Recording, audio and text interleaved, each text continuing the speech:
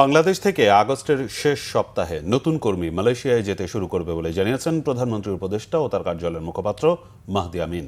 বৃহস্পতিবার মালয়েশিয়ার কুয়ালালামপুরে বাংলাদেশ হাইকমিশনে আয়োজিত এক সংবাদ সম্মেলনে তিনি এই তথ্য দেন। মাহদি আমিন বলেন, সরকারি প্রতিষ্ঠান Bangladesh overseas employment and services limited বোয়েসেলের মাধ্যমে স্বল্প খরচে কর্মী পাঠানোর কার্যক্রম শুরু হবে। মালয়েশিয়ার এই শ্রমবাজার শহীদ প্রেসিডেন্ট জিয়াউর রহমানের হাত ধরে শুরু হয়েছিল। স্বাভাবিকভাবেই নির্বাচিত বিএনপি সরকারের এর সাথে রয়েছে একটি গভীর আবেগ এবং আকাঙ্ক্ষার সম্পর্ক। আপনারা জানেন যে মালয়েশিয়ার অতি গুরুত্বপূর্ণ এই শ্রমবাজার বিগত বেশ কয়েক বছর ধরে বন্ধ রয়েছে, যেটি ফ্যাসিবাদের সময় বিভিন্ন অনৈতিক কর্মকাণ্ড ইররেগুলারিটিস ছিল, তার কারণে বন্ধ হয়ে গেছে।